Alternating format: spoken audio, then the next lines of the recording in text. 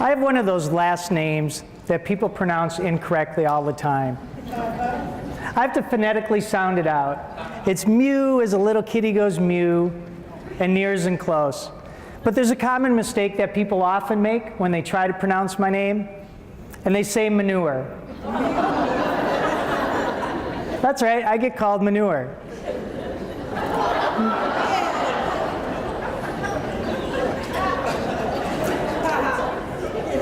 Normally I preferred to not be called manure, but I never minded when Henry called me that.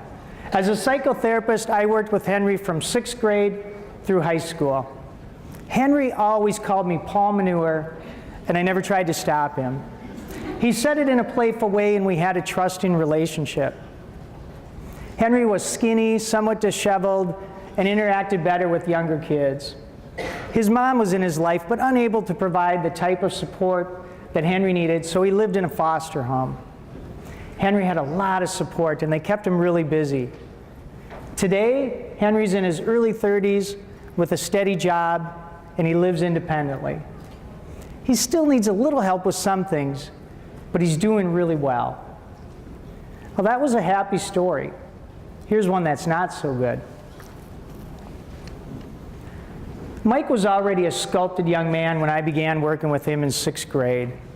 He had an athletic build, a Beatles haircut, and the girls were crazy for his smile and his charming personality.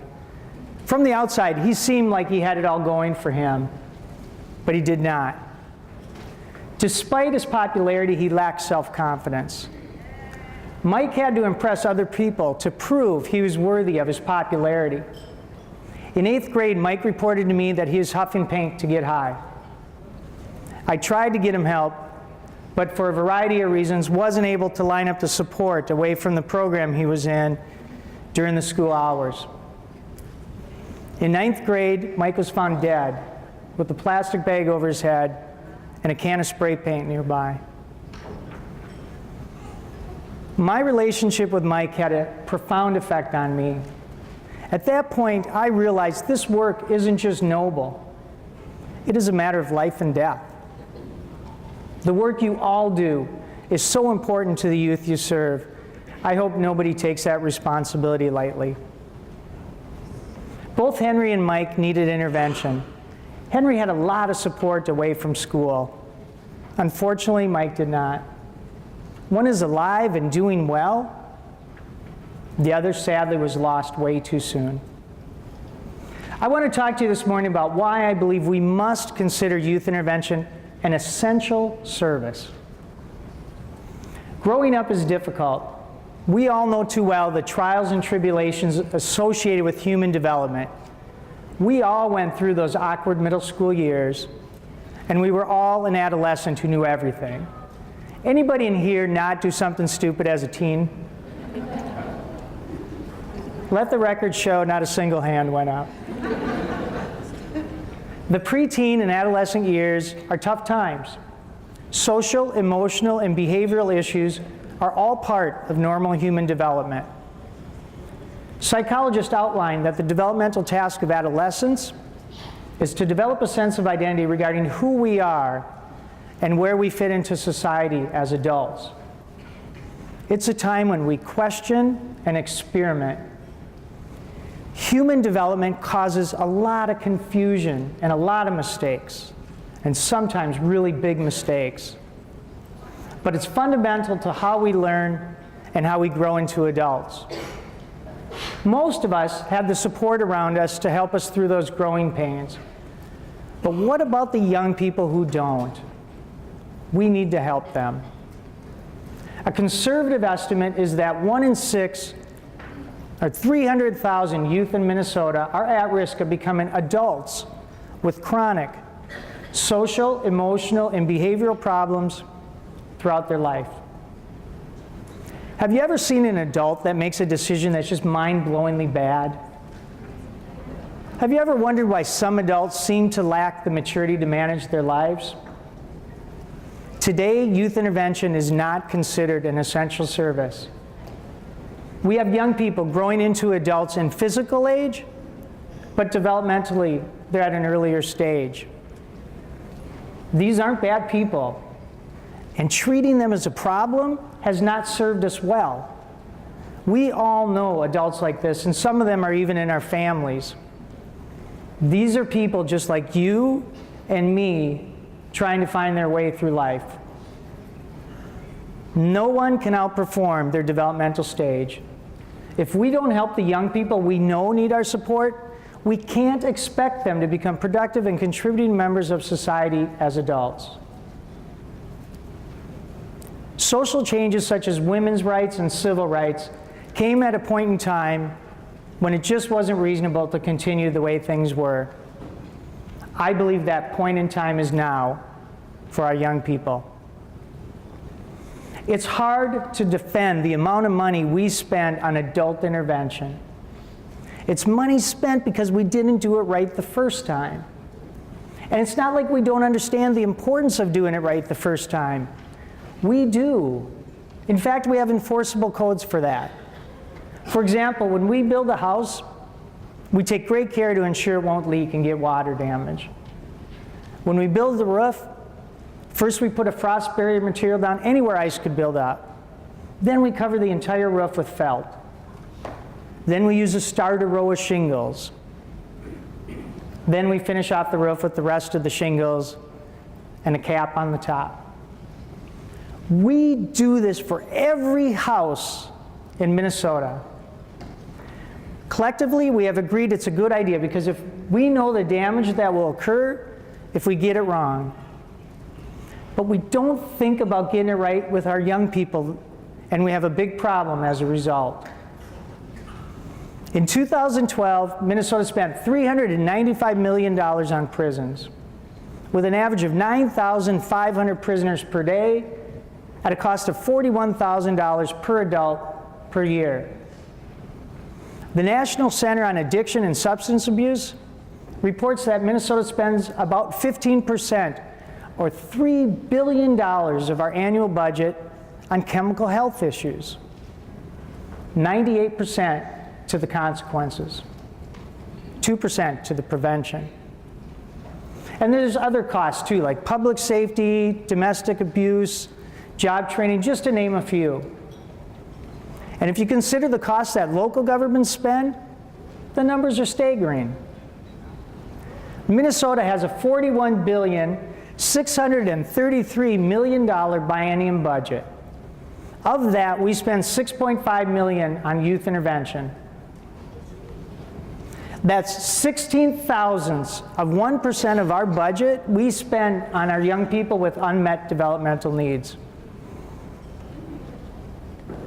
No one wins when our youth fail. No one. And it's completely inconsistent with our values. We all care very deeply for our young people. It is no longer reasonable to continue the way things are. Collectively, we have to agree to get it right the first time. And the young people that need our help, get our help. Youth intervention is not an expensive proposition, and it's easy to understand. It's a shift from an institutional model to a community-based approach. On average, it costs about $2,000 per year for a youth in an intervention program. Central to the success of these programs is the ability of an adult to build a meaningful relationship with a young person. And at the core of that connection is trust. It's the common denominator of all youth intervention work. Regardless of the quality of the building or the logistical planning that goes into programming, the factor that will most determine a young person's success is the establishment of a trusting relationship. These relationships fulfill a young person's need to be connected to something bigger than themselves. Youth intervention connects young people in positive ways to their community. If young people aren't connected, they have a tendency to either act out or withdraw. If they act out, we likely get antisocial behavior.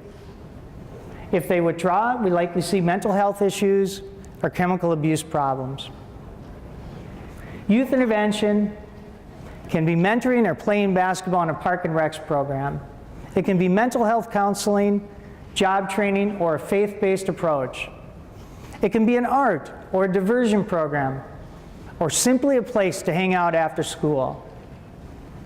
The types of intervention programs that can be implemented are endless. In fact, the more individualized the intervention, the better the outcome. There is not a one-size-fits-all model. And the youth that can benefit from these programs can be identified by a teacher, a coach, a social worker, a judge, the parent, or even the young person themselves. I worked with these young people for over 20 years, and I can tell you they're all looking for support.